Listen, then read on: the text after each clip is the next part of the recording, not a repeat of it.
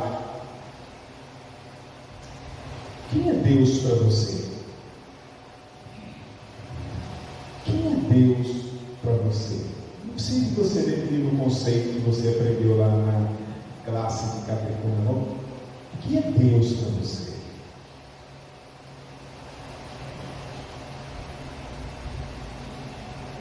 Por vez, é falta de educação, né, Mundial? Fala Deus ao mesmo tempo. Deus é Pai, Deus é Filho, Deus é Espírito Santo.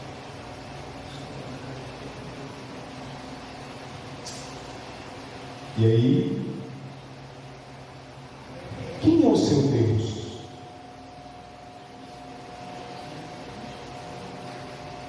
Quem é o seu Deus?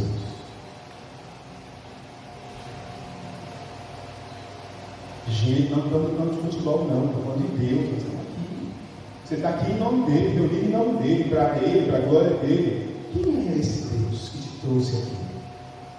É tudo na nossa vida. É o suporte seguro pelo homem. Não posso confiar mais em ninguém, nem coisa. É ele que dá toda hora.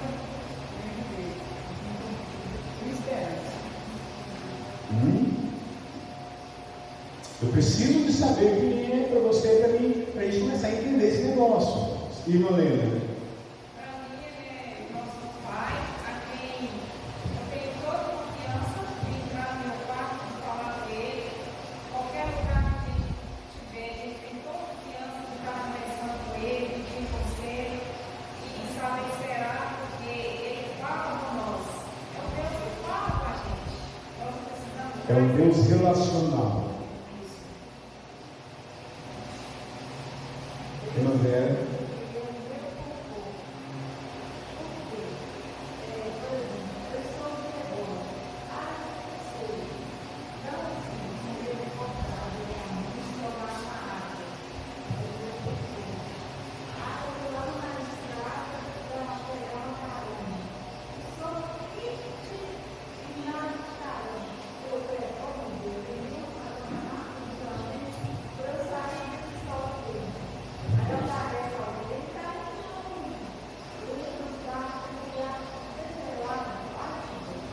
Mas não seria um Deus circunstancial?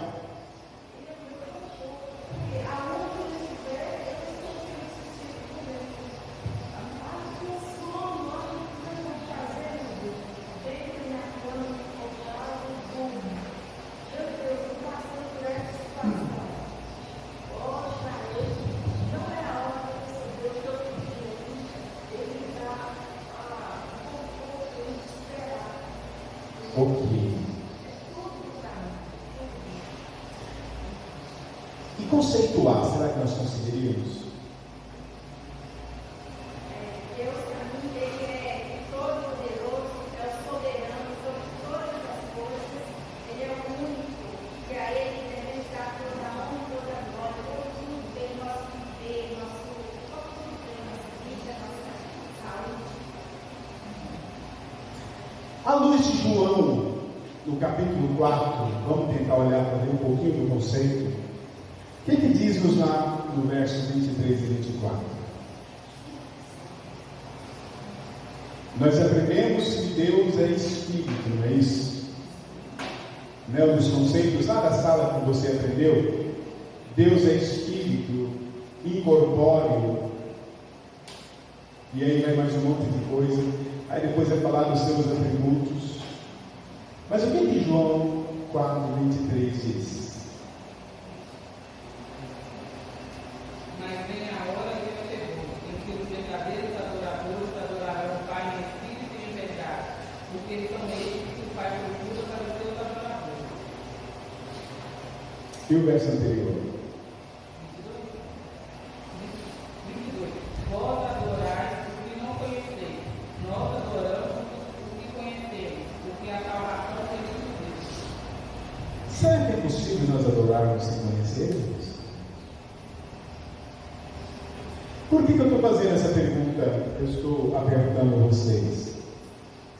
Porque de vez em quando a gente conversa com os colegas de ministérios, ou até mesmo entre nós, num cafezinho, numa visita, E você escuta muita percepção e a maneira como as pessoas falam da igreja, não é?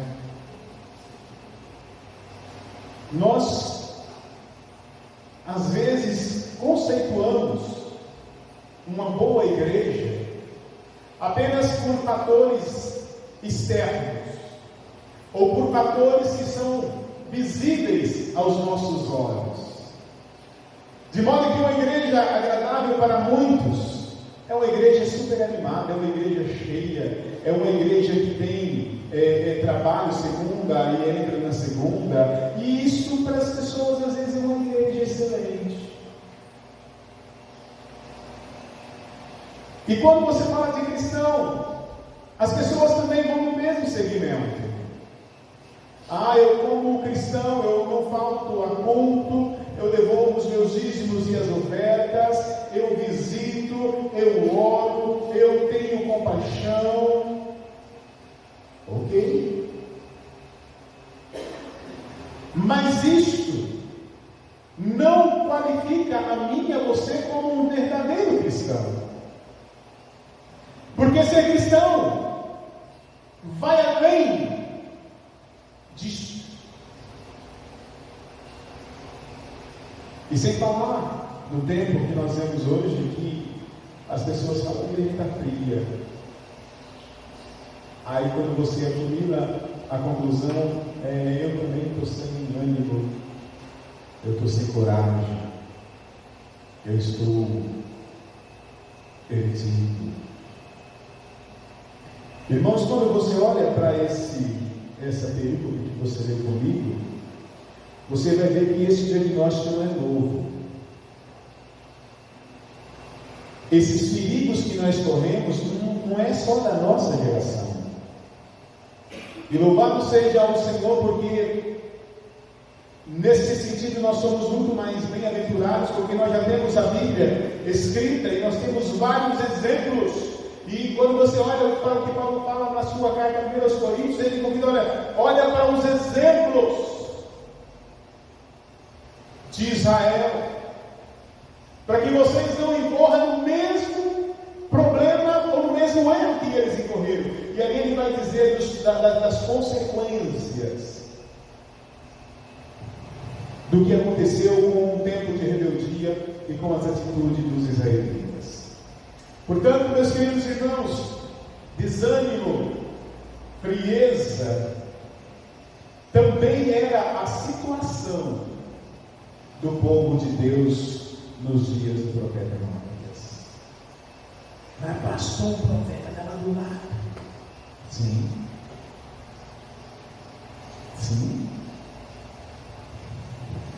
Malaquias, então, agora, ele profere essa sentença, meus irmãos. Por volta mais ou menos de 400 anos antes de Cristo. Ele já está alertando a esse povo dos cuidados que eles tinham que ter com a vida espiritual deles. Por quê?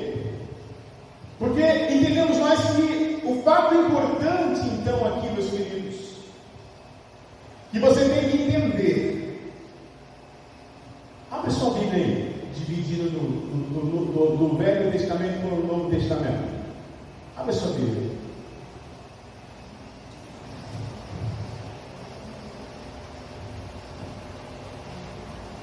Levanta aí sua Bíblia. O que tem aí dividindo entre o Novo e o Velho Testamento? O que tem aí? Paz de vida. Isso faz algum significado para você?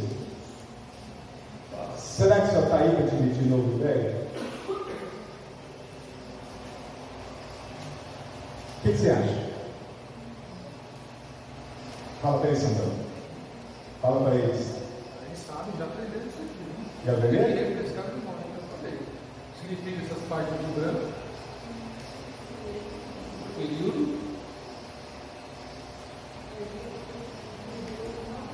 Em que Deus não falou. Hã? Período em que Deus não falou.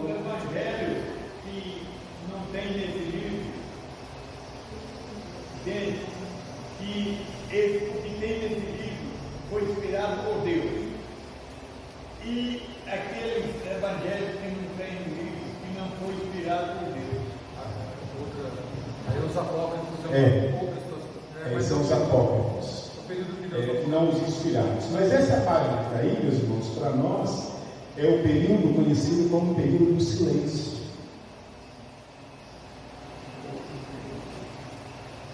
Tem noção de quanto tempo durou esse período do silêncio?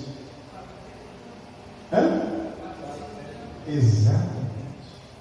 Você faz noção do que é isso? O fato importante aqui é que depois de Malaquias tem esse período chamado de silêncio, e por 400 anos não se levantou então nenhum profeta inspirado para falar da parte do Senhor. 400 anos. Quantas gerações não devem ter passado?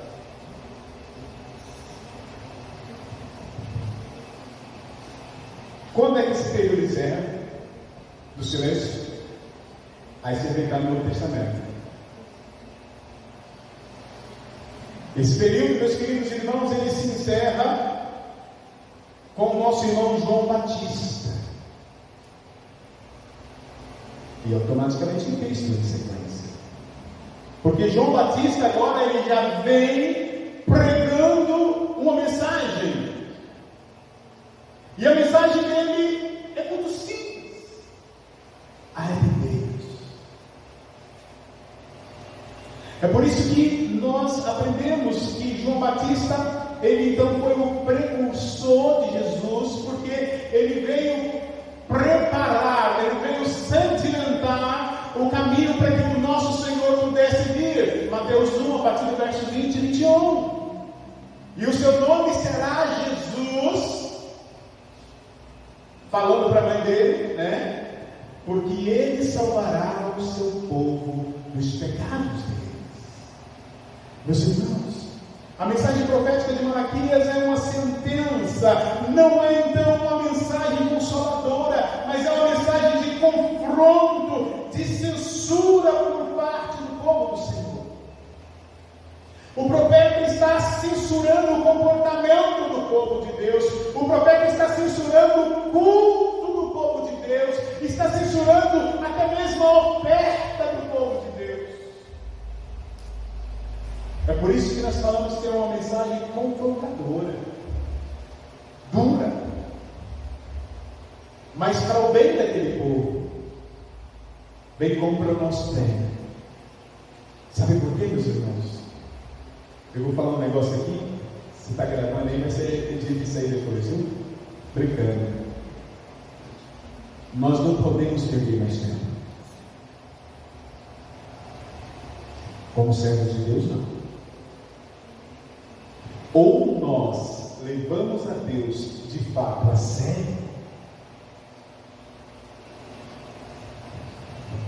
ou você vai para o mundo em lameia de todo tipo de pecado, porque aí você vai para o inferno por justa causa.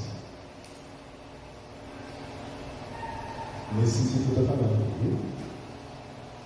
Não podemos perder mais tempo de brincar com Deus, de brincar de ser cristão. Na nossa infância nós brincávamos de casinha, né? Depois brincávamos de paz de conta. Espiritualmente nós não podemos cometer esse mesmo erro. Não há como. Mas o que o Senhor censura então aqui, por meio do profeta?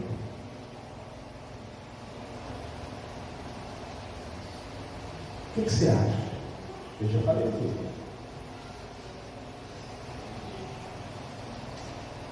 A frieza do povo. O comportamento do povo diante de Deus, para com o culto e os elementos que envolviam o culto dentro das exigências de Deus. Meus queridos irmãos, a frieza espiritual é confrontada aqui pelo profeta. E eu já falei para os irmãos dessa chamada síndrome que é diagnosticada entre nós, servos de Deus. Porque nós falamos assim também que na minha infância a igreja era desse jeito, né? Na minha adolescência, a igreja era animada.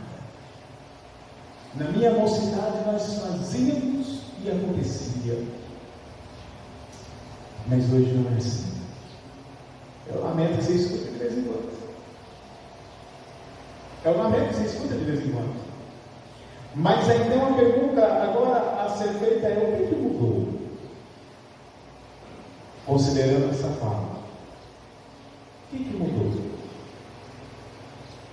Deus mudou? A palavra dele mudou? Ou nós permanecemos como antes?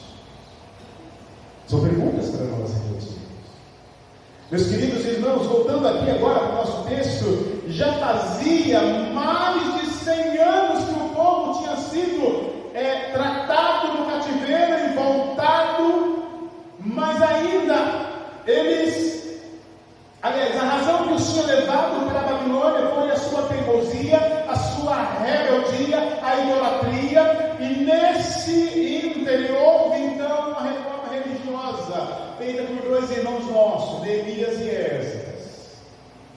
Esses dois irmãos, meus queridos irmãos, convocaram o povo para voltar para Deus. E agora, pouco tempo depois de Neemias, o povo, embora não cometesse os pecados da idolatria, mas eles estão frios diante de Deus. Observa que ofendemos a Deus não é só quando cometemos pecados chamados de absurdos. Ofendemos a Deus também quando nós não fazemos aquilo que Ele pede que nós façamos, ou ainda que façamos de forma relaxada.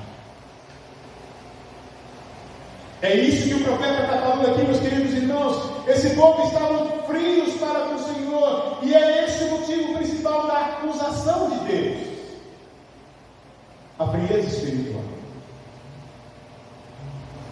Você consegue perceber, meu irmão e minha irmã, a mensagem do profeta Malaquias como sendo também atual? Você consegue perceber isso? Nós somos curados da idolatria. Nós somos curados de tantos outros pecados. Mas a idolatria, ela não é o único pecado que Deus abomina. Deus abomina um culto frio. Culto frio aqui não é sinônimo, ou não é o contrário de culto barulhento.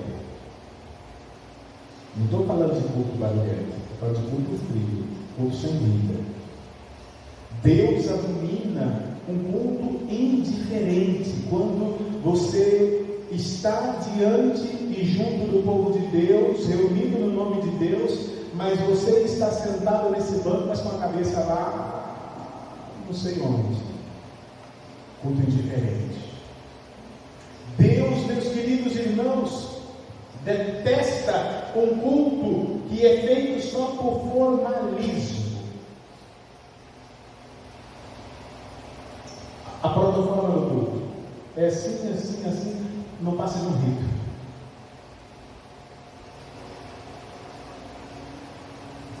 Aliás, depois Jesus chama isso de hipocrisia, culto hipócrita. Diante disso, meus amados irmãos, é preciso eu e você termos consciência desses riscos que estão à nossa volta. Riscos que estão à nossa volta, e sérios são esses riscos espirituais, e para combatê-los é preciso vigilância, atenção, resignação, e voltar o coração totalmente para o Senhor. Meus amados, mas que perigos são esses? Que perigos espirituais são esses? Nós temos vários, mas nós não temos como falar aqui. O primeiro perigo que eu quero mostrar para você aqui, à luz do nosso texto, está no verso 6 e no verso 7. O que diz o verso 6 e o verso 7? Olha aí. Olha na sua Bíblia.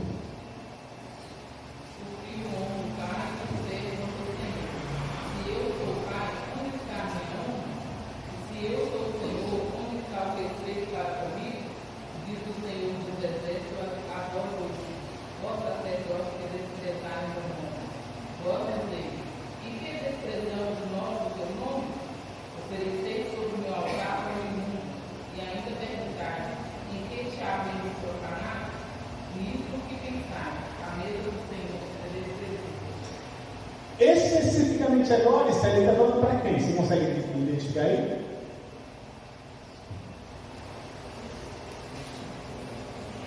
Para os sacerdotes. O sacerdote, então, pelo que você leu aí, agora eu me atrevi a dizer que ele estava sendo um profissional da espiritualidade. Ele sabia o que tinha que fazer. Ele tinha a norma do que fazer. Ele tinha o modelo de como fazer. Mas ele estava fazendo sem vida.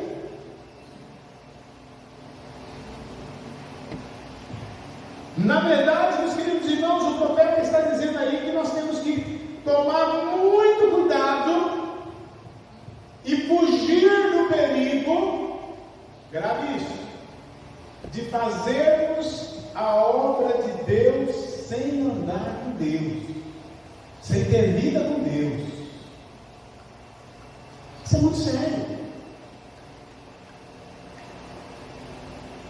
Hoje seria o profeta falando: cuidado para você não fazer uma bela exposição na Bíblia, mas se você não vive aquilo.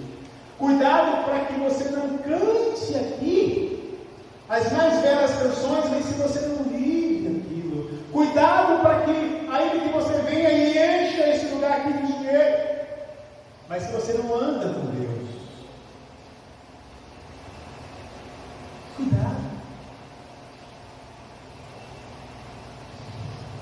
É uma dura sentença, irmãos, contra os sacerdotes aqui. Por quê? Eles eram responsáveis por prestar serviço no templo sagrado.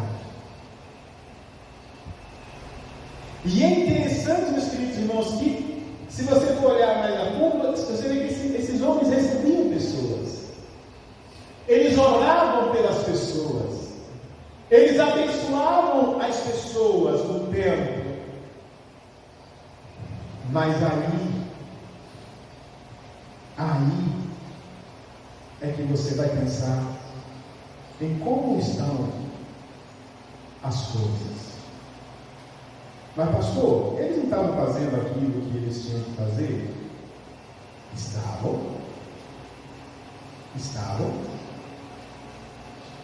Mas eu tenho falado lá na sede uma frase, meus irmãos, que eu quero repetir para vocês aqui hoje. Um outro cuidado que nós temos de tomar. Tem uma palavrinha que sempre me incomoda: motivação. Motivação não é você motivar o outro desse tipo que eu estou falando agora. Motivação é você até fazer a coisa correta, mas por um motivo errado. Então o nosso grande desafio é fazer aquilo que deveríamos fazer, tomados por uma motivação exata. Esse é o grande desafio nosso.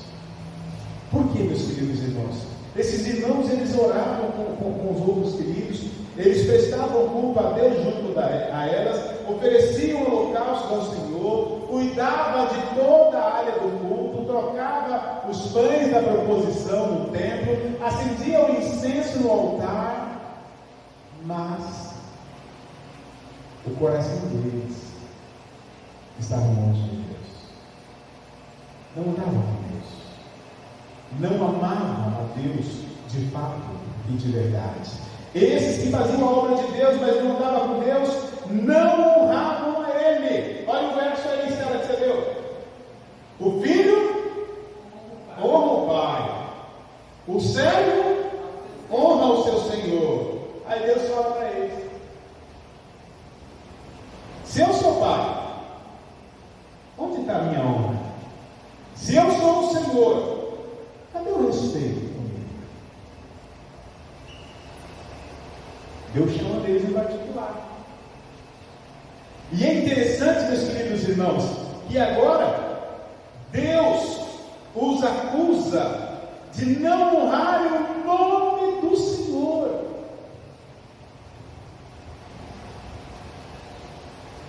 Será que eles não tinham modelos? Se você abrir a sua Bíblia no Salmo 115, você vai ver. Não a nós. Olha lá. Depois eu falo isso. O que fala o Salmo 115?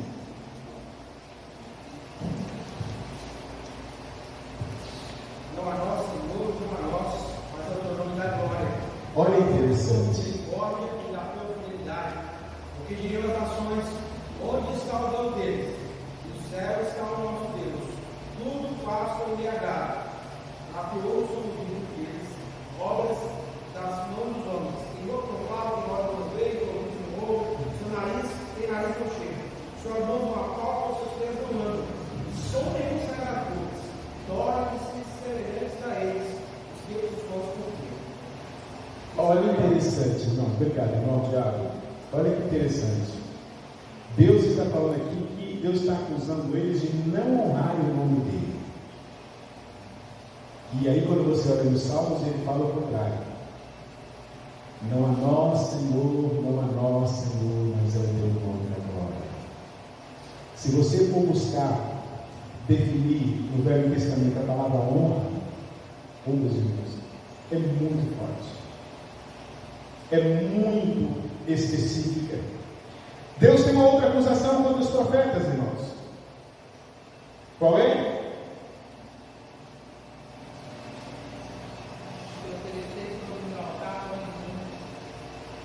A acusação aí é de que eles estavam desprezando, no final do verso 7.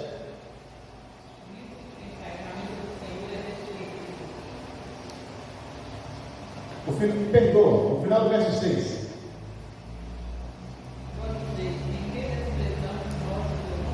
Olha aí. Eles se atrevem ainda a falar para Deus: Senhor, por que nós desprezamos o teu nome? E se eles estavam falando assim, é porque Deus estava acusando a eles que eles estavam desprezando o nome de Deus. E curioso, meus queridos irmãos, é que quando eles estavam desprezando o nome do Senhor, numa comparação simples para você entender, esse desprezar o nome do Senhor estava dizendo que eles estavam virando as costas para Deus. Eles não estavam de frente ou se posicionando como precisavam posicionar. E virar as costas para Deus como sacerdotes era algo que revelava a indiferença deles para com Deus.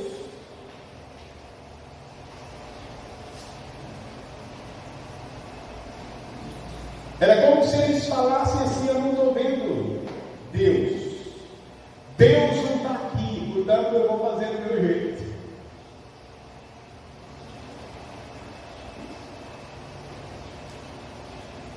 E os pães da proposição que deviam ser trocados diariamente.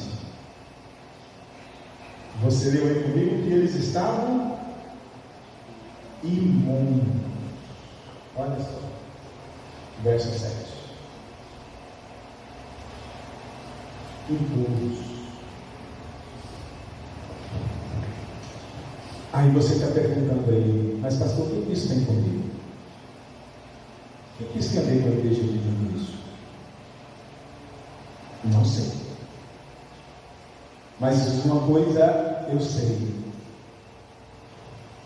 Eu gosto muito do hino do nosso cenário 67.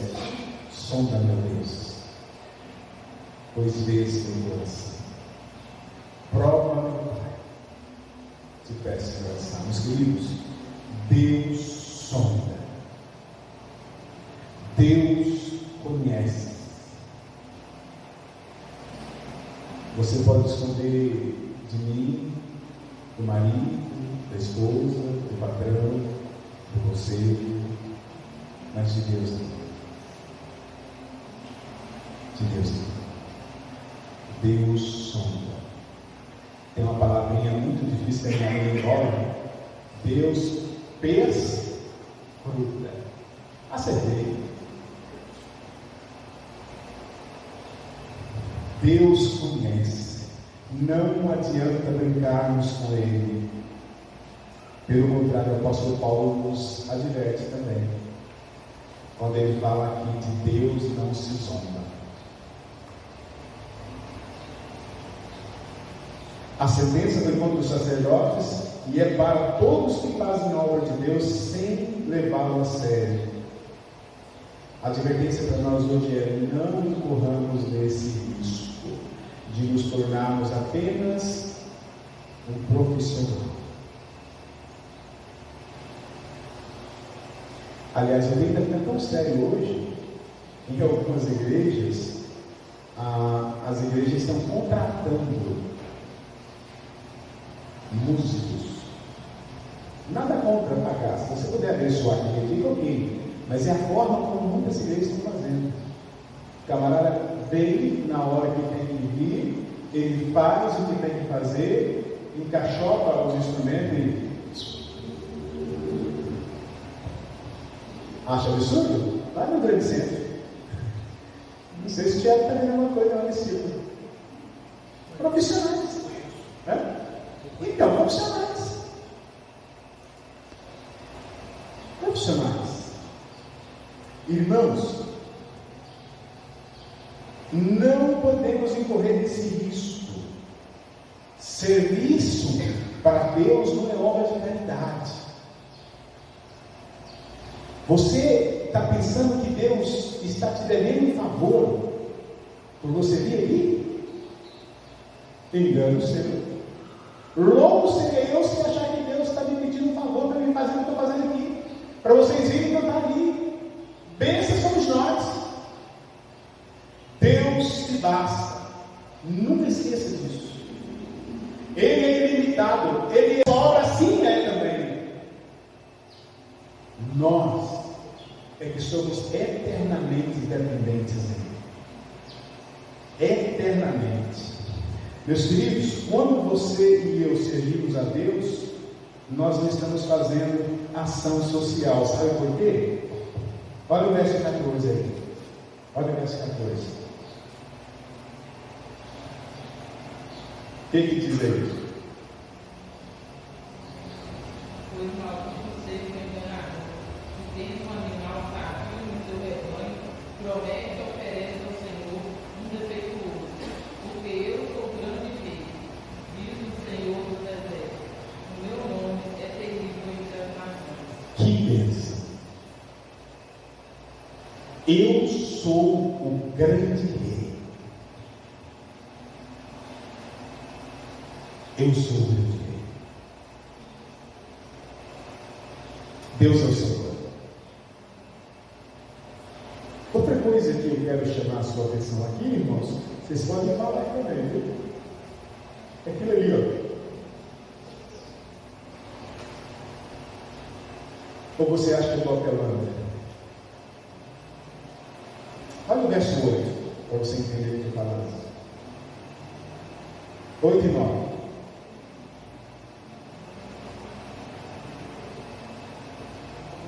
Verso 8 e 9.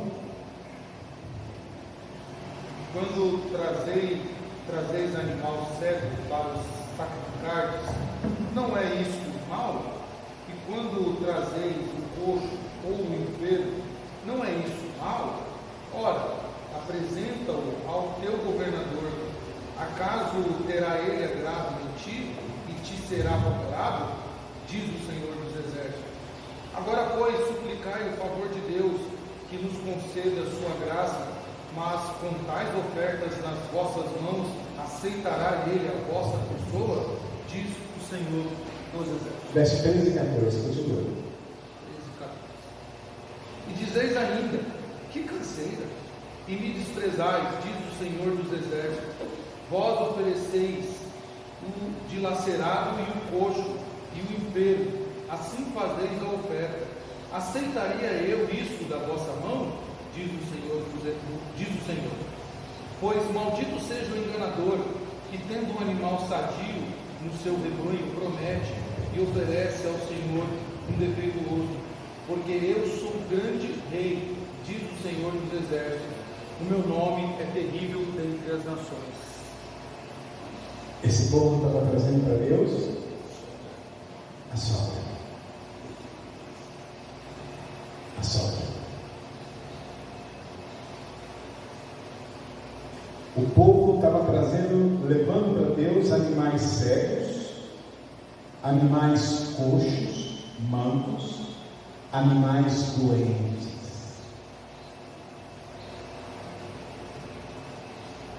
Versículo 8. A nova tradução de Linguagem de hoje usa a palavra dilacerado, né? O bicho machucado, sem estar sadio. Não serve para mim, então vai para a casa de Deus. Aleijado. Aí a pergunta é: vocês acham que o Senhor, vou aceitar isso?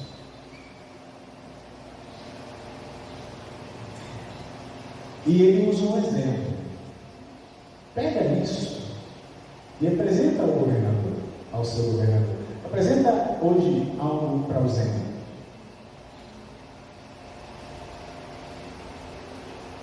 Ele não vai gostar. Se você apresentar supostamente para receber um benefício da parte dele, ele vai te ser favorável? Não vai. Não vai.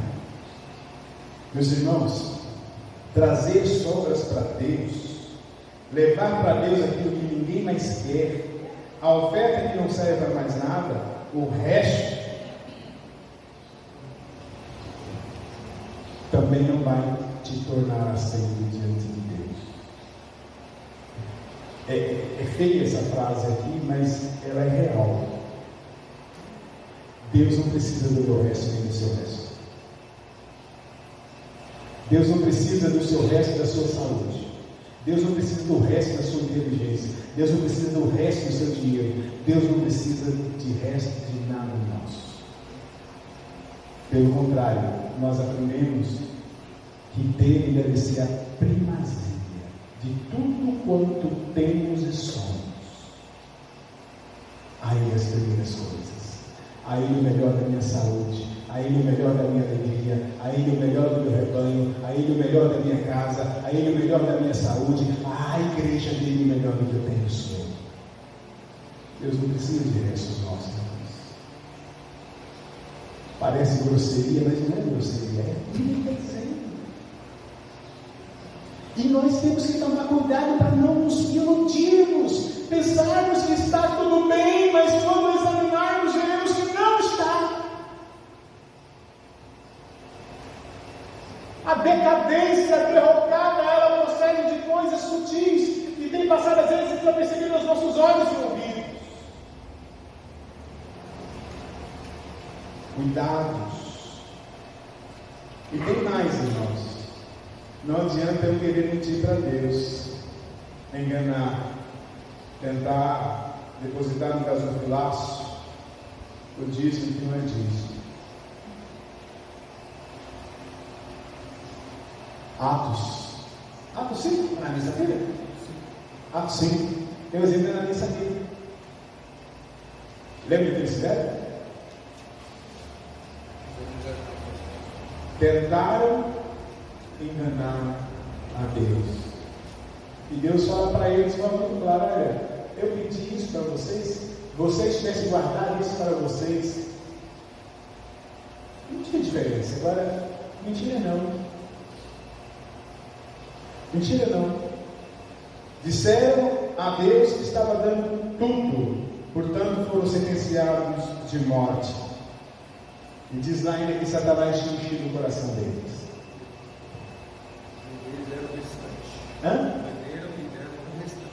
Exatamente, deve restante. Irmãos, será que o seu dízimo é realmente o dízimo? Ou você acha que deve dar e dar? Não, não. A Bíblia diz como fazer. E se você não faz do jeito que a Bíblia está dizendo, você está enganando a você mesmo. Você está sendo reprovado diante de Deus. E é curioso que a ordem é trazer todos os dízimos. Não pense você que é um valor que Deus está falando aqui. Não. Deus não fala de valores aqui, Deus fala de fidelidade. Não é de quantidade. A Bíblia, meus irmãos, diz que Jesus viu a mulher viúva quando ela colocou ali aquelas moedas no casal de laço. E Jesus Cristo aproveita aquele tempo e fala: olha, essa mulher, ela deu muito mais do que todos os outros que tinham colocado grande quantidade de valores. Jesus está falando que não é a quantidade de valores, é o que leva você a fazer. E ele fala: essa mulher deu tudo que ela tinha ao Senhor. Em que sentido? Não é para você vender tudo que você tem que botar aqui, não é isso, não é isso. Aquela mulher estava dizendo sem palavras o seguinte: eu dependo de Deus. Deus que é o meu provedor. Deus que me sustenta em todos os momentos. Eu posso ter privação, mas falta não terei, porque meu Deus é quem cuida de mim. Meus irmãos, nós temos que atentar para isso. Nosso tempo está caminhando, 10h30, Senhor? 10h30? Então vamos lá. Outro perigo que nós temos que tomar cuidado está aqui. Isso é muito sério. O perigo de cansar do culto.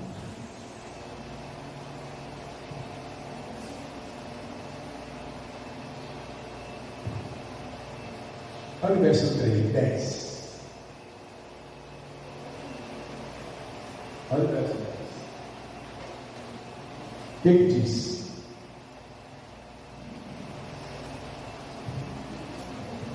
O que diz o verso 10? Tomara houvesse entre vós quem feche as portas, para que não acendesseis de balde o fogo do meu altar. Eu não tenho prazer em vós, diz o Senhor dos Exércitos, nem aceitarei da vossa mão a vossa oferta. De novo, 13. E dizeis ainda: que canseira e me desprezar, diz o Senhor dos Exércitos. Vós ofereceis o dilacerado e o coxo, o enfermo, assim fazeis a oferta. Aceitaria eu isso da vossa mão? Diz o Senhor. Esse povo estava cansado de Deus e das coisas dele. Ele fala no verso 13: que canseira. Nossa, é dia de culto. Nossa, eu tenho que estar ali para ensaiar. Eu tenho que fazer aquela visita. Irmãos, quando nós estamos espiritualmente frios, o primeiro sintoma é que nós não temos alegria, não temos prazer de estar na igreja e nem de envolver com as coisas de Deus. Tudo passa a ser farra. O passo seguinte é que vem as murmurações. Começamos a achar defeitos nos pormenores. E curioso, meus queridos irmãos, é que quando nós prestamos um culto nesse estado, esse culto fica comprometido. Ele pode ficar comprometido. Ele pode ficar comprometido. A ponto de Deus falar o que ele fala no verso 10. Olha a dureza do verso 10. Tomara tivesse entre vocês quem fecha as portas. Você tem noção do que é isso? Você tem noção do que Deus está falando aqui? O profeta está falando.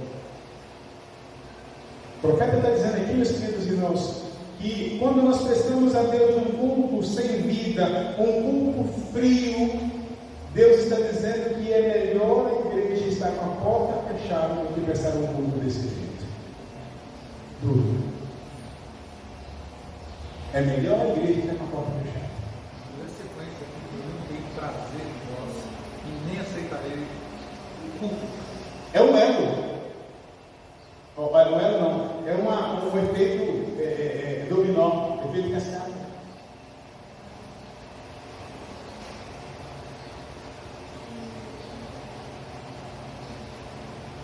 Eu não vou ter prazer em vocês. E eu não vou aceitar a sua mão. É por isso que precisamos ter vida. É por isso que precisamos ter vida. Filha de Deus. É inútil eu e você virmos à igreja oferecer um culto se a minha vida e a sua vida está cheia de impureza, cheia de ódio. Você aprende isso lá em Mateus, no Evangelho de Mateus, capítulo 5. No verso 23 e 24, ele vai falar isso para você. E mais, o profeta Samuel, lá no seu primeiro livro, capítulo 15, ele fala que eis que o obedecer é melhor do que o sacrificar. Obediência a Deus, amor a Deus, dedicação a Deus.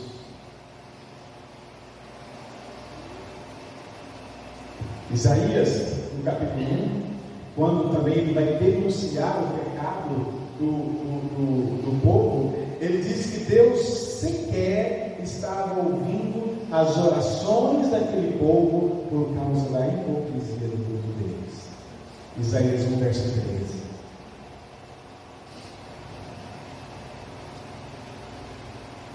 E Jesus, lá em Mateus capítulo 15, verso 8, dá a sentença final. O que ele fala? Olha aí. Mateus 15, verso 8.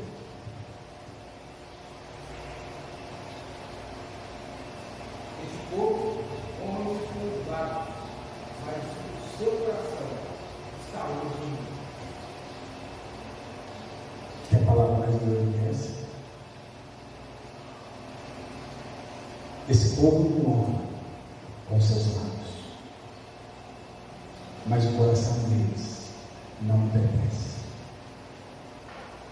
Eu não sou dono do coração deles.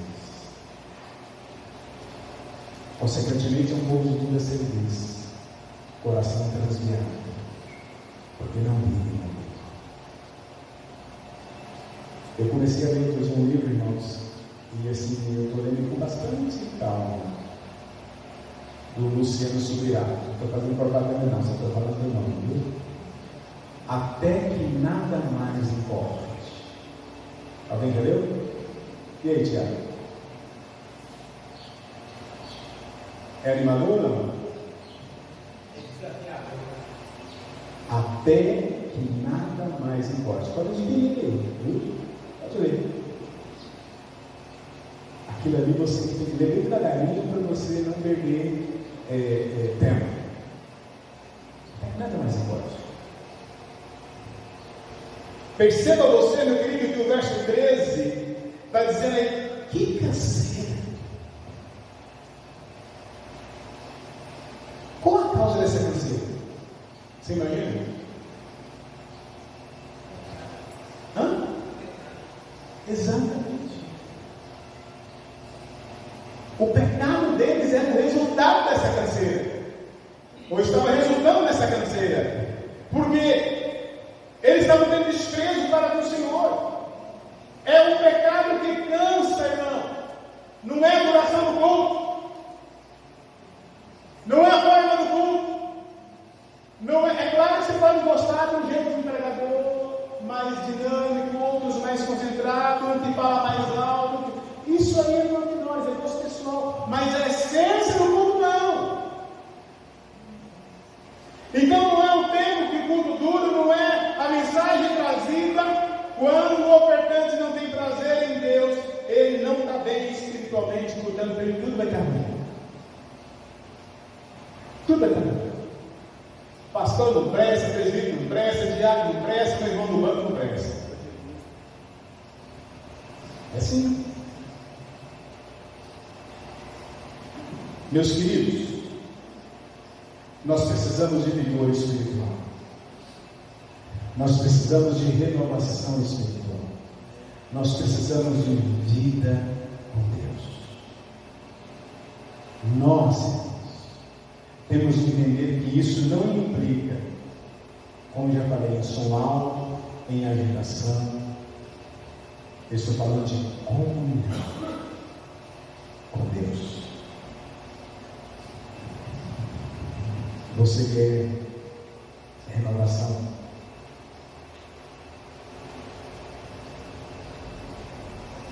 Primeiro passo: adore o Senhor em espírito e em verdade. Ame a Ele de todo o seu coração, de toda a sua alma, de todo o teu entendimento.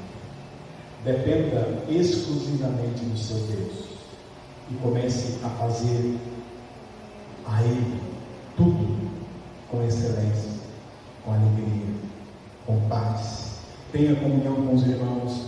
Ore sem cessar, conforme diz a palavra. Busque o enchimento do Espírito Santo. Busque Jesus, e você vai ver que a terceira vai embora. A letargia vai subir. Portanto, meu querido irmão, não precisamos experimentar o fracasso. Basta você olhar como Deus tratou com os filhos dele na história. E Ele certamente vai nos instruir, nos dar condições de viver segundo o seu santo querer. Que Deus nos abençoe, que Deus nos guarde, que Deus nos ajude.